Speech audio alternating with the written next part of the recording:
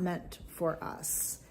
I'm just wondering, regarding things that are not meant for us, why do we want them so badly? Such as the wrong person in a relationship. Just, and asking to let go of, the desire so much and it just not going away. Can you help me understand why we so badly are drawn to things that are actually not a good match for us, or not a match with our frequency and vibration? Thank you so much. They're in your life for a reason, but not necessarily the reasons you think. And it's the insistence and expectation in your belief system about why you think those people should be in your life that's getting in the way, instead of allowing them to be there for the reasons that actually serve you. Because there are no accidents, and they're in your life for a reason, but they're in your life to teach you lessons. And one of the lessons is to not impose a societal assumption or structure on what a relationship is just because of the strength of the attraction. It's about the idea of what are you learning from that relationship that allows you to become more of who you are and choose the things that you really prefer vibrationally in your life, instead of just insisting that this thing that has been attracted is supposed to serve a certain purpose, instead of just simply learning the lesson that it may be showing you that you need to let it go in order to attract something else that would actually be more relevant for you. So it all serves a purpose, but the question is, are you learning the lessons from what that relationship is showing you, or are you continuing to insist that it should be something that it's not? Ilya Ovna Bashar. Good day, good day. Thank you for being the loving reflection that you are, by the way. It is our passion and our pleasure. I recently came to have some validation that I have a connection to the hybrid program, All right. and I've made agreements with certain mantis beings. There was a symbol that came through about phoning home, and I was hoping you could add some light to this. Phoning home. Yes.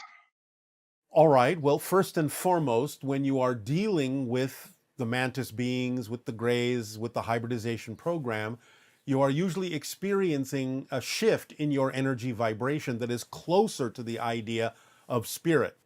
And spirit represents your true home. So it could simply be your interpretation of realizing that you were very close to home, vibrationally speaking, anytime you had any of those encounters. Okay. Did I make a agreement to do any channeling for one of these beings? Do you mean with one of those beings, channeling one of them? Yes. It is a probability that you can pursue if you wish. Could you give me a name or permission slip to follow that pathway? Well, are you first of all talking about being excited about vocal channeling or automatic writing or doing some kind of readings for people or divination systems? What style of channeling? Because remember, anyone that is doing what they love to do is in the channeling state. They can decide how they wish to express it. That's up to them. So what form of channeling are you most passionate about exploring? I think I'm still trying to decide that, but right now I'm leaning towards the vocal side. All right. Well, are you willing to gather people around you who are asking questions so that they can pull the information through you? Yes, absolutely. All right. Well, then we would suggest that you do that. But you have to get out of your own way. You have to not care what comes through. It has to be all right if you get nothing at all. You can't be worried about looking strange or silly. You have to allow the information to come through by having people ask questions that pulls the information through you into them, so that you can just be the conduit and the vessel, and you don't have to think about what you're getting. So it's a relaxed state of just allowance of whatever happens to happen, knowing that at that moment, even though you will get better with practice, that whatever happens in the moment is what needs to happen to give you the opportunity to practice and to feel out how the information comes through you and what your particular style is all about. So if you're willing to start that way, then gather some people who are willing to help you practice by asking questions that they would really like to know the answers to, and see what happens. Okay. All right? So further on that, during the same time when I got the symbol, I also got information about following patterns of cubes. And you mentioned something about how a cube symbolically is kind of grounding into physical reality. Is there any Yes. information you have about how that might connect to block DNA? How it might connect to block DNA? Yes. Why do you think that the cubes block DNA? Not block as in do not allow to proceed forward, but block is in term of a cube as a shape, I guess. All right.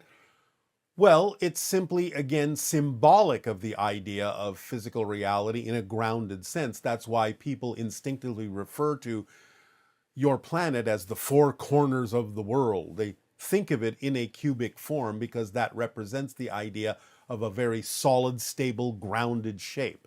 It's symbolic in that sense of a full experience in physical reality. Does that make sense? Yeah, I think so. Uh, Separate question. So I've recently come across some information about uh, Tigetans. Is there anything you can add to the conversation about that at this time? We are not allowed to discuss that at this time through this particular terminal. Okay. Separate question then.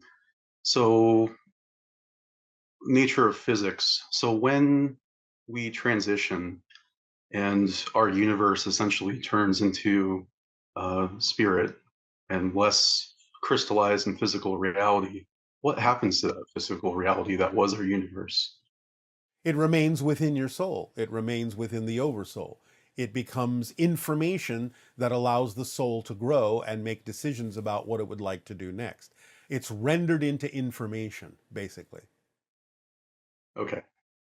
So concepts such as life insurance is useful for those who have perception agreements with us who also agree to that. But in terms of our physical reality, that's becomes information.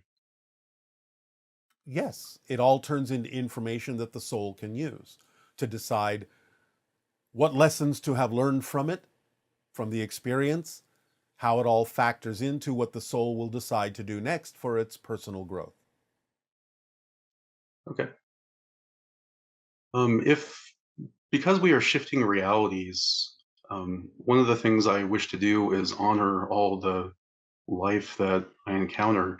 So when I'm in a situation for like weeding a garden, I Yes. don't want to harm those second density life forms, but I recognize that I shift to an earth where they're already different, but still I express the action of, well, I caused harm in the sense of my continuity. Can you help me address that perspective? Well, you must understand the idea that in nature, certain things sometimes do go through a cycle where they do disintegrate in order to reform.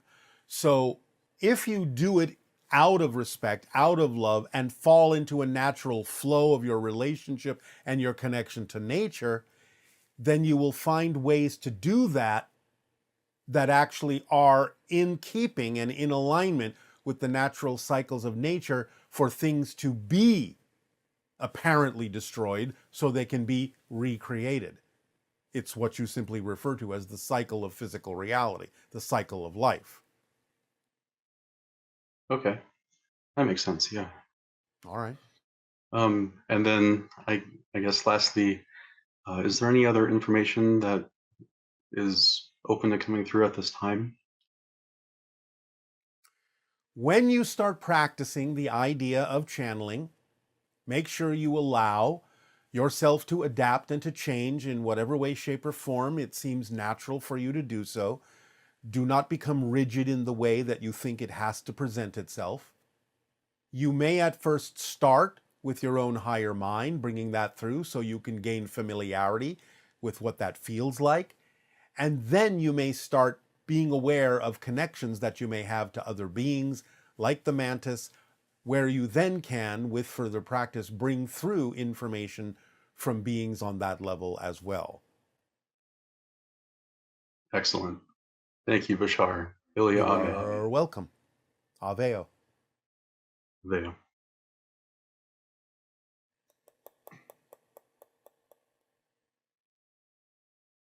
Hey Bashar, I hope you're having a blessed day. My name is Alexander. Pleasure to meet you. I've I've had this weird experience that I now have been learning from one of my guides and teachers that they believe that I met my past incarnation in this life, and it caused me to experience a massive expansion in consciousness as a result. And now I look back at my life, I look back at experiences, and like I don't remember them the same anymore. And because when I bounce them off people like family members, they're telling me a different experience that I remember, and it's making me feel like I'm going crazy.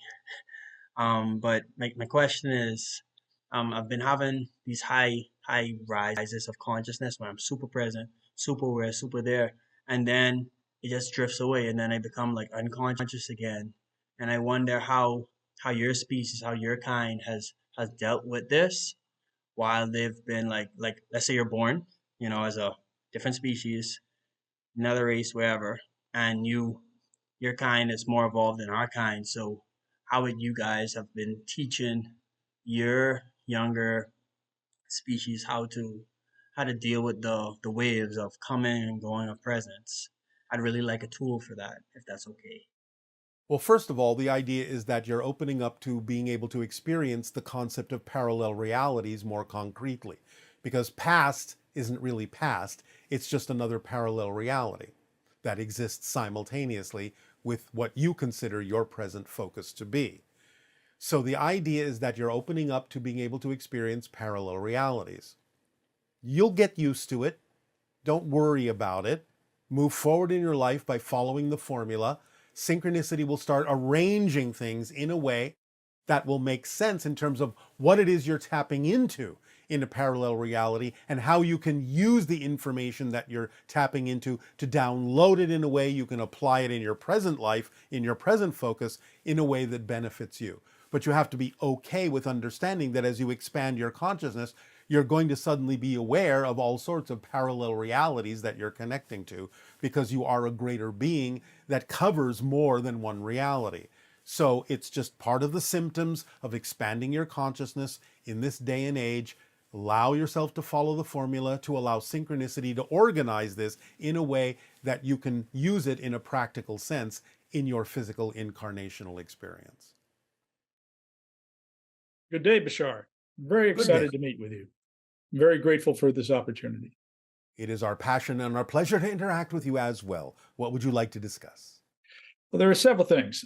Obviously, first of all, you and I seem to have a similar sense of humor, and I have wondered what role a sense of humor has in the achieving and maintaining a higher vibrational state. Well, humor is a higher vibrational state because humor fundamentally is an ability to form unexpected associations, unexpected connections to things that people might not ordinarily make connections to. So it is an expansion of your ability to holographically see how things are more connected and to express those connections in what might be considered an unusual way that opens people up to different perspectives. Very good. I just know that you and I are very similar in that sense. I almost feel like we have met sometime in the past or have Well, existed. you do have connections to our general frequency, and therefore it feels familiar to you. Yes. Yes. Yes.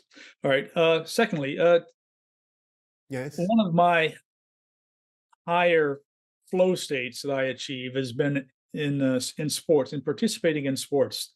All right. Do the Essassani have anything equivalent to that? And Well, sort of, yes, we have games and you might call them sports, but it's not in competition with each other. It's in competition with ourselves. okay, well, yes, that's pretty much my attitude.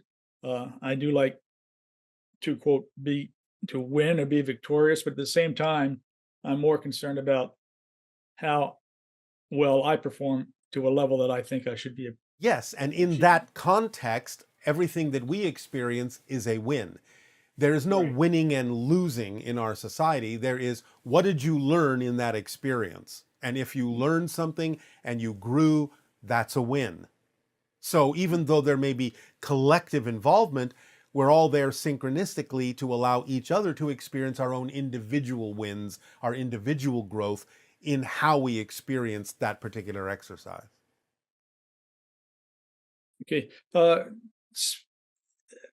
Delving into extraterrestrial races, if that's okay. Yes. Are there any that are actually genetically equivalent to humans on Earth? Well, very much closely genetically connected, like the Pleiadians, who are, in a sense, your distant cousins. Right. So, like that, yes, there are genetic connections between humans on Earth and different species.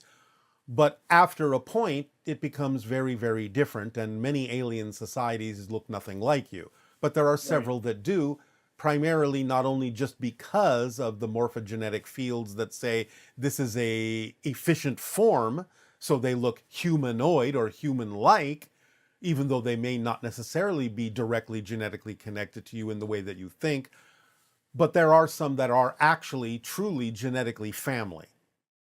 Right. Okay. So they Such as have us. have they populated the Earth at some point? There have been times in the past where other societies have taken advantage of the Earth environment for a period of time. Yes. Okay. All right. It's part of the history that you don't know. Right. Okay. And that will be revealed at some point. Eventually, yes, after open contact. Okay.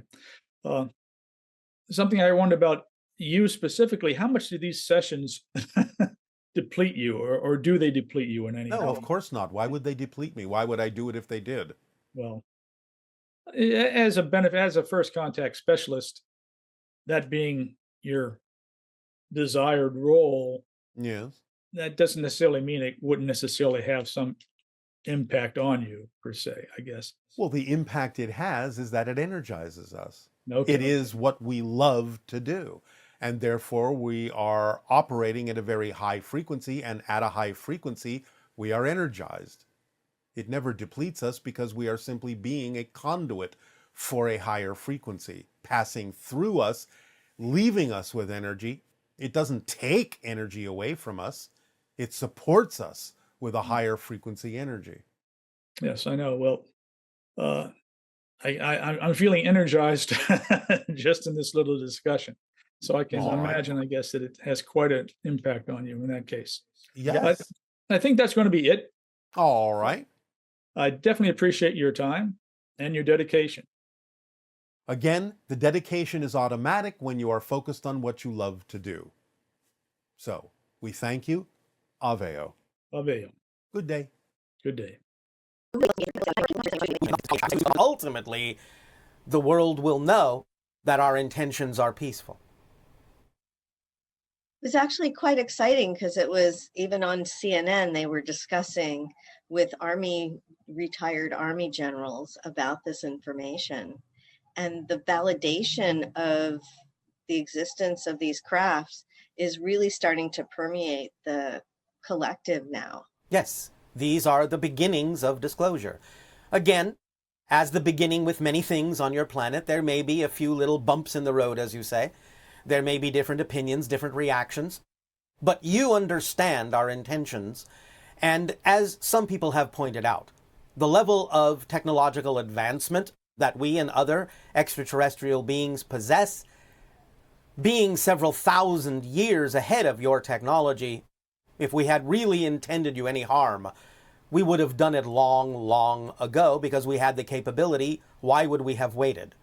So allow yourselves to remain using common sense logic, understanding, just take a look at what's happening and allow yourself to sift through the information in a way that allows you to tell the difference between one group's agenda and another's. But understand our agenda is the idea of peaceful contact. Yes. Are there like lower vibrational ETs that are working with other governments in the world here? In some senses, being the idea of the Greys more often than not, but again, remember, they're not exactly alien. They are a mutated race of humans from a parallel version of Earth, and therefore there is more similarity between them and many people on your planet than there is between us and the true extraterrestrial races that are engaging with your world at this time. So one person was sharing the feelings that came up when they looked at the ET cutout, Yes. the exercise, and they handled that. They noticed that a certain subconscious beliefs started coming up, like that black eyes are evil, Yes. and that you have no power because you're just an average human. Yes, well, this is what the exercise is for, to bring these things up so that you can deal with them and let them go. So if the idea is when you're doing these exercises to start letting go of negative feelings that come up that cause you to want to withdraw. Yes.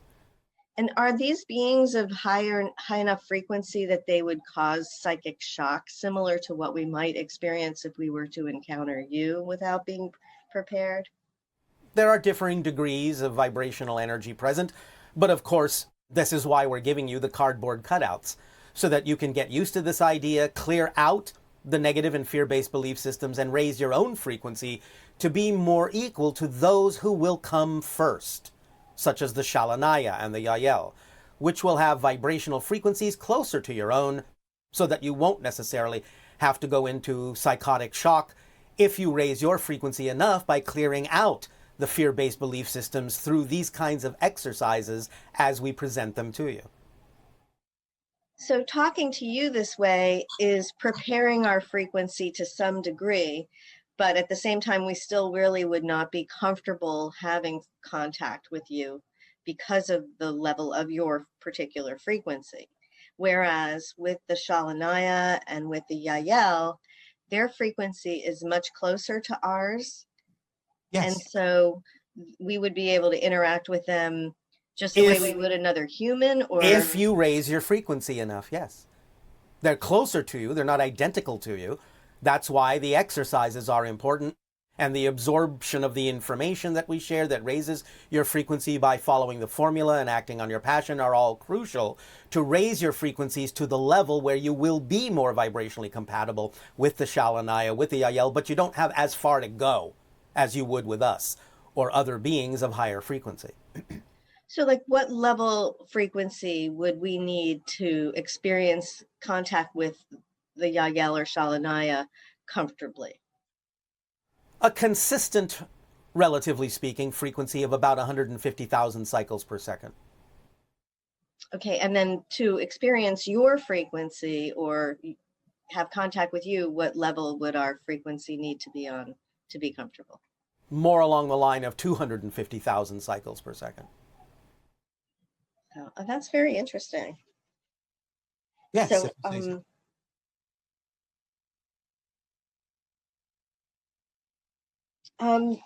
what kind of roles in open contact will we have? Will there be ambassadors and emissaries from Earth that act as go-betweens with the Essassani, or will there be some humans just designated to roles as contact receivers or public educators or facilitators? To some degree, these ideas will be put in place, but it is a little too soon to tell or to give you specifics exactly about how these roles will play out. Okay. And I don't know, you mentioned something about a full contact council. Is that familiar to you? Yes, yes. In the protocols of first contact, one of the next steps given was contact with the full contact council. Can you give us an update on what we can expect on that? No. This is premature. Okay. equating our time frame to your timeline, you will find that even though there are villages and cities per se, they're not built up in the same way that they are now. There are far fewer places that are built up.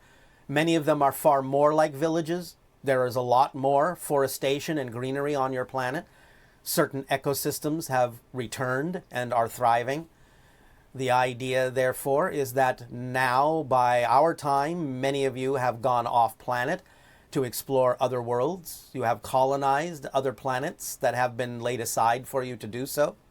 So the Earth, in that sense, has been allowed to relax a little bit more into its natural state, even though there is still much activity on your planet, still many high-level technological achievements. None of them anymore are polluting, and they allow for the natural growth to occur on your planet, and also for the shifting of humanity, and also, of course, the arrival and interaction with many different extraterrestrial species.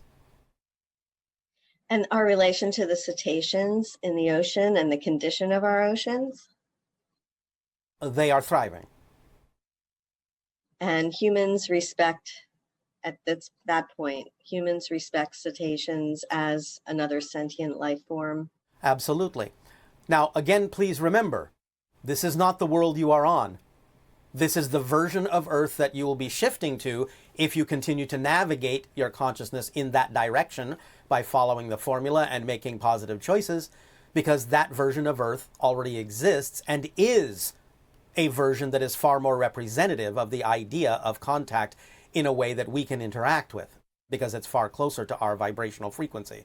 So the idea, again, is it's not the Earth you're on now. So at the same time as that Earth is communicating with you, other Earths would be in other forms of chaos or disarray. Yes, of course. Every possible conceivable variation of Earth is already ongoing right now. Right. So it's just about the idea of navigating to the one that is more compatible vibrationally with the idea that I have just described. Yeah, it really is empowering to recognize that by changing yourself, you're able to interact with another level of Earth or be on a different Earth in a sense. Well, And no, it's not in a sense at all. Because the idea is that that's what you're doing right now to create the idea of the side effect called time. You're going through billions of parallel reality versions of Earth right now every second. It's not like it is. So the fact that we have such free will at this stage in our development to choose a dark path or a positive path, but the ultimate effect of that will be experienced by each person because they'll see it reflected in the Earth that they are inhabiting. Yes, of course. Because again, you can't experience what you're not the vibration of, and conversely, you will only experience what you are the vibration of. So there is an Earth for every vibration. So I'm assuming that the younger people that are taking this journey would have a greater opportunity to experience a much more advanced Earth once, over the span of their lifetime, say, versus someone who was born in the 50s or 60s and who are at a different stage in their life process. Well, yes, in general, although again, there's always exceptions no matter when you're born. It just depends upon your modality of perception and thinking and what you choose to buy into as a belief system. So yes, you might say the younger generations have been given more options because of the evolutions in thought that have happened on your planet. It may seem more probable and more likely for them to choose things that will lead to those versions of Earth. It doesn't mean that someone born earlier can't, but we understand what you mean by that. Is there a connection between pandemics and massive change as almost like a precursor to massive change? Yes, there is. Because again, massive change in the collective can bring up all sorts of fear-based issues in the collective, and those fear-based issues can play out in physical reality in a way that then allows you to deal with the consequences of those fear-based issues and release them so that you can allow yourself to transform collectively more easily. But it has been a common precursor to massive change in many of your societies that you will first cause some form of either disease or catastrophe that represents the letting go and the releasing of the fear-based beliefs. But it's not that you have to do it that way. It's simply been the way you have done it because you haven't known any other way to, shall we say, face those things except by bringing them into your reality in a way where you're forced to face those things and deal with them. So the people who transition during a pandemic, would those individuals then have chosen not to make the change and that they preferred to either, well, do something different, let's just say?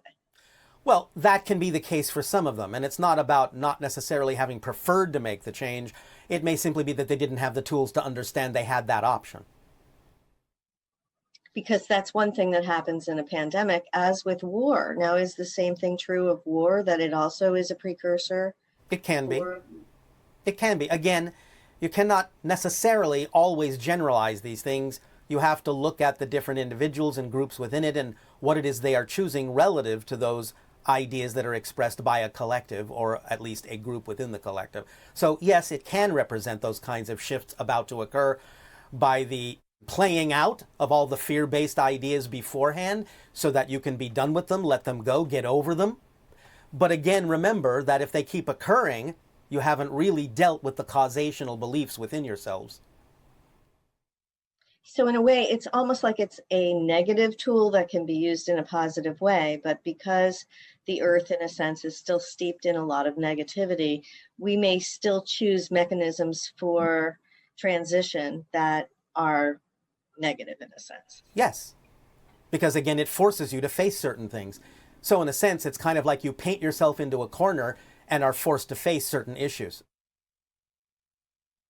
Now, as far as our connection with the Sirius civilization, Yes. can you share for us on Earth right now, what kind of relationship do we have with the Sirius beings, and who in particular are we in contact with? You are in contact with the beings, the physical version of the civilization known as the Nomos.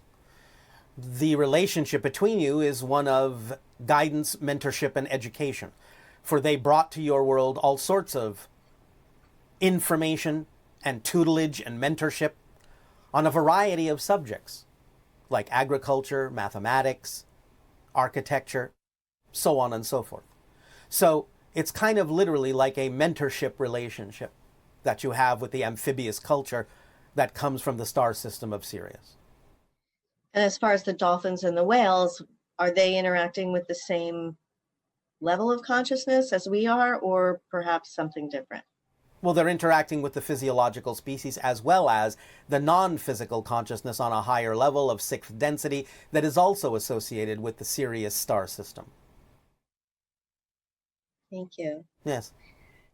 You also previously made a prediction about the Eastern Bloc, I guess, and a change.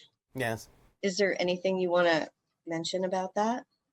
You are seeing some of the variables of that playing out now in what is going on in your Middle East with regard to the idea of Palestine and Israel setting up certain conditions that, depending upon what choices they make, can spread and radiate and ripple outward to either positive or negative effect.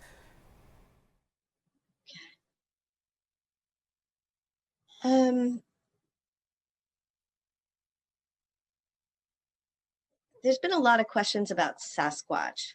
Yes. Can you talk to us a little bit about their existence, perhaps their civilization, their art forms, anything else you can share about them? Well, as we have said, they are the natural evolved hominid of the earth. If certain branches hadn't been altered genetically by the Anunnaki, you would all be Sasquatch today. But the Sasquatch, being very close to nature, have learned many of the different ideas of how nature operates.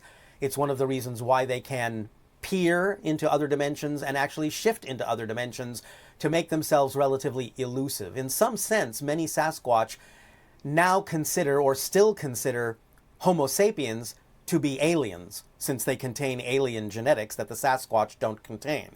It's one of the reasons why, to some degree, they still avoid you. So the idea is, again, they are willing to open up certain kinds of dialogue in certain kinds of formats and forums, but you have to sort of look at them as a more indigenous culture, very, very closely bonded with nature because they understand themselves as nature.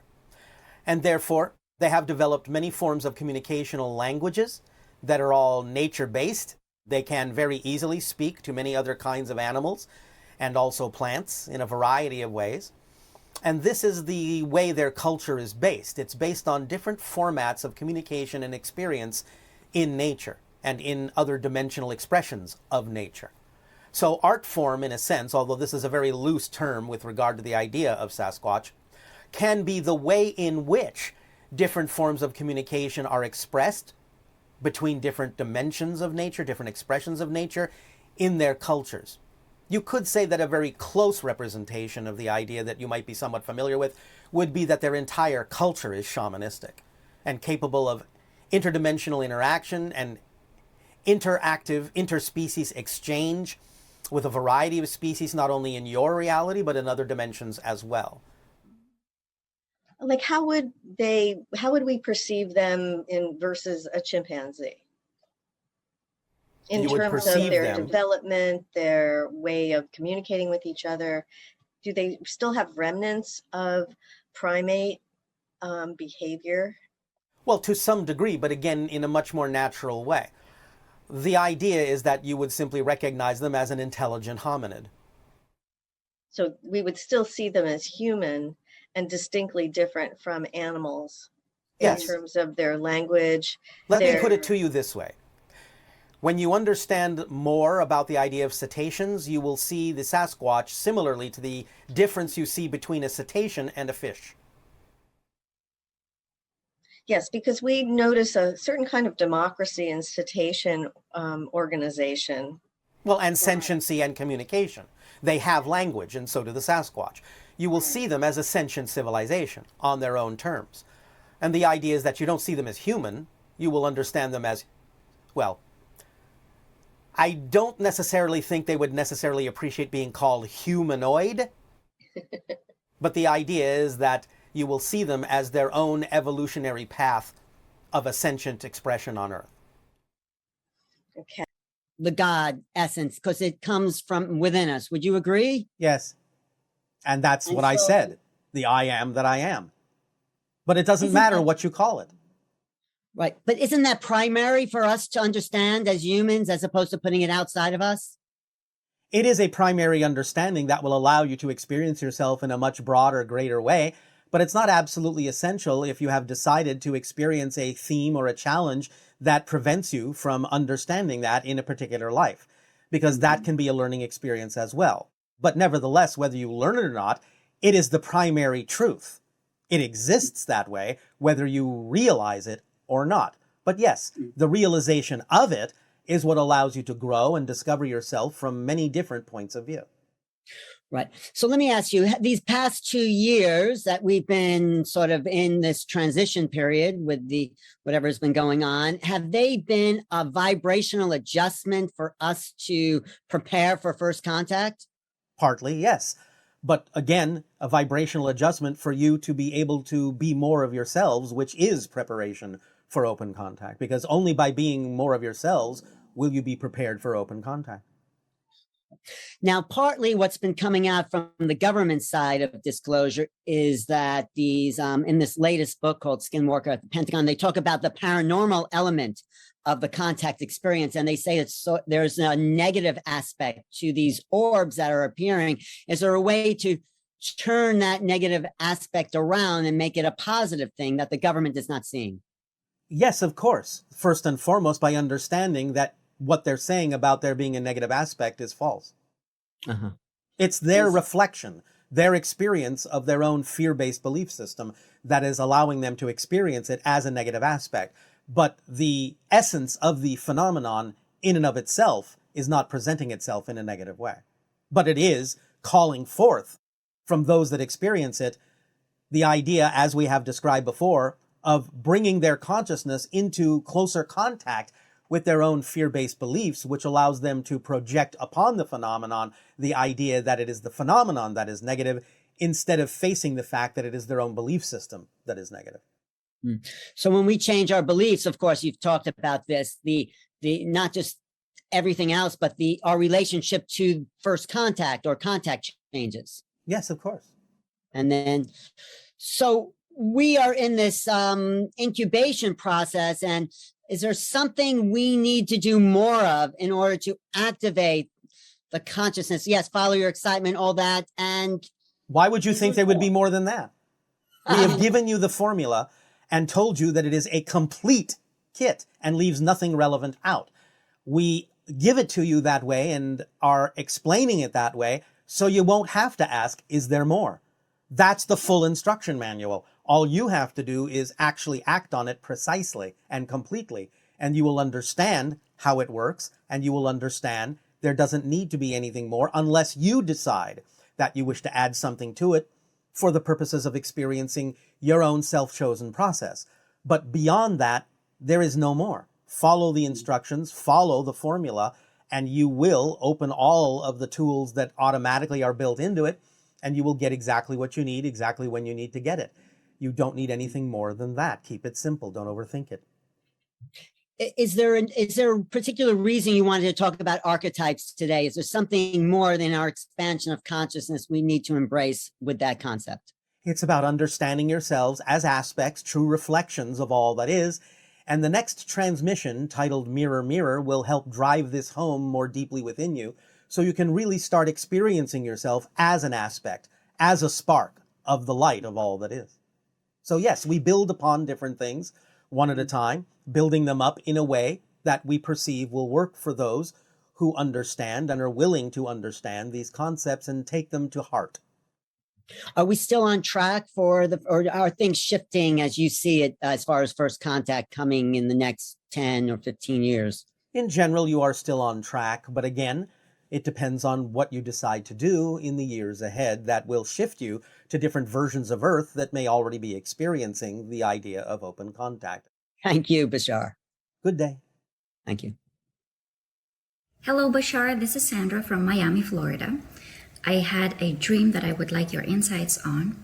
On September 30th, in the middle of the night, I was awakened by a sensation of like being plugged into a current of electricity, so to speak. My whole body it felt like it was vibrating, and I was perceiving a presence of an ET, a male, and I just remember being afraid to look up into his face because I was kind of afraid of being afraid, which I guess is another belief I can take a look at. And I just wanted to know what truly happened in that moment, and if that sensation of electricity or vibration was my own resistance. Any insights would be appreciated. Thank you, and good day. All right. Well, yes, the energy was your own energy, and there was some resistance, but this is what we've described before as the reason why we can't just land. There may be many extraterrestrial forms that you can interact with relatively easily, but some extraterrestrial forms, including ours, operate on a much different frequency domain than you. We come from a parallel reality that is 10 times faster than yours. And the idea of being exposed directly to our energy, physically, would in fact allow all of the different kinds of fear-based belief systems within you to be forced to the surface and can cause the idea of psychic shock. So we give you this information to allow you the process of transforming yourself and raising your frequency in a way that is safe for you to meet our frequency more easily, become more vibrationally compatible with higher frequency beings so that you can interact with them without resistance and without experiencing the idea of what you experienced and the fears you experienced in that encounter. Nevertheless, you were given enough of the difference in energy between you and a higher being, a higher frequency being, to allow you to integrate that energy within yourself, to get used to the idea that you're experiencing your own energy on a higher level, and therefore raise to that frequency, to meet that frequency, to become more vibrationally compatible with the being that you're dealing with, which is most likely a counterpart version of you in another reality that's helping you bootstrap yourself up the frequency ladder. So have fun with it. Don't be afraid. But if fear comes up, find the belief system that generates the fear. Because remember, you can't have an emotional experience without believing something to be true first. So you're given an opportunity by experiencing the fear to examine those areas in your consciousness where you have a belief that would generate the fear you experienced in that encounter. Remember, you're fundamentally an indestructible being. So there's nothing to be afraid of. Nothing can truly annihilate you. Even though your survival mechanisms in the lower part of your brain may kick in, there is really nothing to be afraid of. Hello. Good day. Hello, Bashar. It's Good really day. nice day. Um, I am really excited to be communicating with you right now, and we've been in conversation for quite some time. Yeah. And I was thinking today about how quite some time ago connected around the idea of anima, one of your social engineers, and in a discussion of art. And I feel like the project that, maybe some seeds were planted way back when Always. yes, is now coming more into bloom. And it's an interesting moment because I'm about to transition into having my time to myself to create in a way that I haven't before. So How exciting. it's incredibly exciting. And I've really been using, the formula to work with that and like keeping my mind open, even as it's like twisted and turned in interesting ways. So Yes. I'm just curious if there's anything, any follow up with anima around this like art project. All right. Are you having fun doing this, I assume? Yes, I am. All right. Well, what else do you need to know except to keep moving forward and exercise your creative imagination? I don't really need to know anything more, but it would be interesting to know more if there was anything specific, because I was just reflecting on All that. right. Well, let me ask you the question. Why do you think that you're missing something? I don't know that I feel like I'm missing something. But you're asking, is there anything more? Which implies that you think something's missing. That's a good point. Thank You always you. make really good points, Bashar. I guess I was just curious about it. If there was, If you were missing something? if there was more to unfold in that particular direction. Do you feel like you're not doing enough? That you're not expressing the idea of your art as fully as you possibly could be? Are you holding back your creative imagination in one direction or another? I think to some extent I was, but I don't think that that's going to be true going forward because I will have more energy to dedicate to that more specifically. Is there a particular expression that you're more excited about than any other that you haven't begun expressing yet? Not exactly. It's more that I feel that I have to rush when I'm doing it because Why? there were other things. Why? Yes, why? Do you not believe in the understanding of synchronicity's perfect timing? I do, but I still get caught up in. Excuse me. When a person on your planet says, I do, but, that means they don't. Fair enough. Can you understand it sometimes and not other times? Yes, of course. Okay. But the idea is, why don't you understand it at other times? It's fine when you understand it and move forward in the way that works for you and is representative of your passion. But we don't have to talk about that. We're talking about the times when you don't stay in that vibration and what would be the reason for that. So let's go back to what you said. Why do you believe you have to rush? What's your hurry? Do you have a deadline? Sure. I think I'm just transitioning out of that. And I guess this is that transition that a lot of us are going through of letting go of things that we don't really need to hold on to anymore. So I think I'm at one of that, major stages right now of letting that go. All right. Congratulations. Do you understand the paradox that sometimes you have to slow down to speed up? Sure. Yes. That I've experienced viscerally. Yeah. All right. Well, would you like to keep experiencing it? Sure. Then why choose anything else? Why choose any reason that takes you out of that state, if that's what you say you prefer to be in? Why? I think I'm sometimes influenced by the people around me. You are never influenced by the people around you. You take upon yourself to influence yourself based on what others may say or do, but they don't actually ever directly influence you. You influence yourself based on some reason for matching the frequency that they're offering you. So why would you do that if those frequencies are not vibrationally compatible with what you prefer? And would that mean that empathy is that different than empathy? Or I might be just, I think. There is a difference because empathy and compassion can allow you to understand what a person may be experiencing for themselves, but it doesn't necessarily mean that you take that energy on yourself, that you convert your own vibrational frequency in a way that allows you to feel more than you need to understand. empathy is more of a vibrational matching just for the purpose of understanding.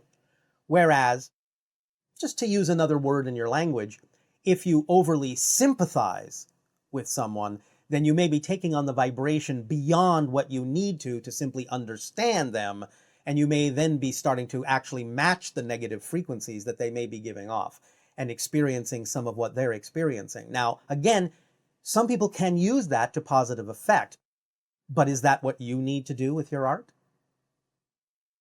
No, I don't think so. All right.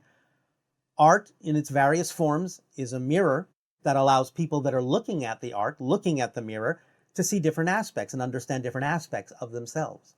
Hmm. So you can use your experiences with other people and put it in your art, if you wish, in a way that allows people to understand the things that you are observing, the things you're understanding about your relationship to other people.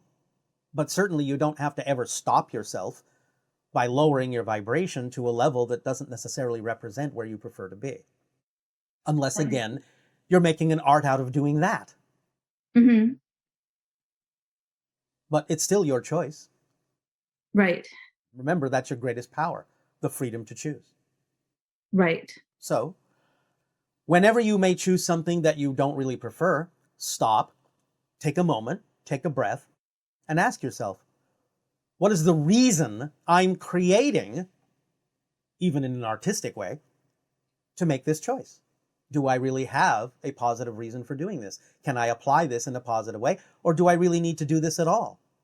Take the Right. time to examine those things and find out what the reasons are for why you would choose to do what you're doing and why you would choose to experience and feel what you're feeling and experiencing, because that's the result of a belief.